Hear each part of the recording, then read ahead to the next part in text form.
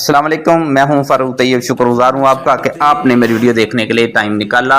मैंने साबिका वीडियो में सितमगर की वजाहत की थी, लेकिन फिर भी कुछ दिल के अंधों को समझ ना आ सके। इन्होंने दबे लफ्जों में मुतालबा किया है कि यही लफ्ज अपने किसी बड़े के बारे में इस्तेमाल कर सकते हैं क्या। तो लीजिए, इनका मुतालबा हम पूरा किए देते हैं। मुफ्ती साहब, आप सितमगर हैं कि लोग कुरैश मक्का की तरह छुप छुपा कर आपकी मदे सहाबा रिजवानुल्लाह अजमईन से लबरेज मनकबतें सुनते पाए जाते हैं।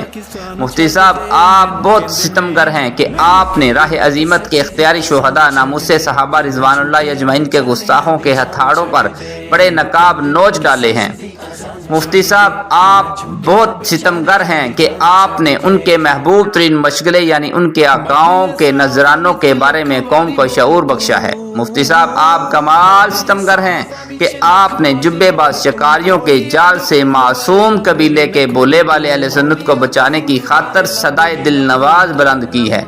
मुफ्ती साहब, आप ऐसे सितमगर हैं कि आपके खिलाफ एक गाली ब्रिगेड छोड़ा गया है जिसने आपकी जातियात को शेर मादर समझ के नोचा के मुबादा आप उनके पोपीन के करतूतों का पर्दा चाक करने से बाज आ जाएंगे, लेकिन आप तो ठहरे बला के सितमगर। मुफ्ती साहब, आप सितमगर ही तो हैं कि बवासीरी आपको अपना अब्बा बनाने के तालिब हैं। तभी बहाने बहाने से आपके याकूतो मरजान मुंह लेकर गरारे करते नजर आते हैं, और आप हैं कि नो लिफ्ट का बोर्ड आवेजा किए अपनी धुन में मस्त अलस्त हुए मदाए साहबा में दिन रात एक किए हुए हैं।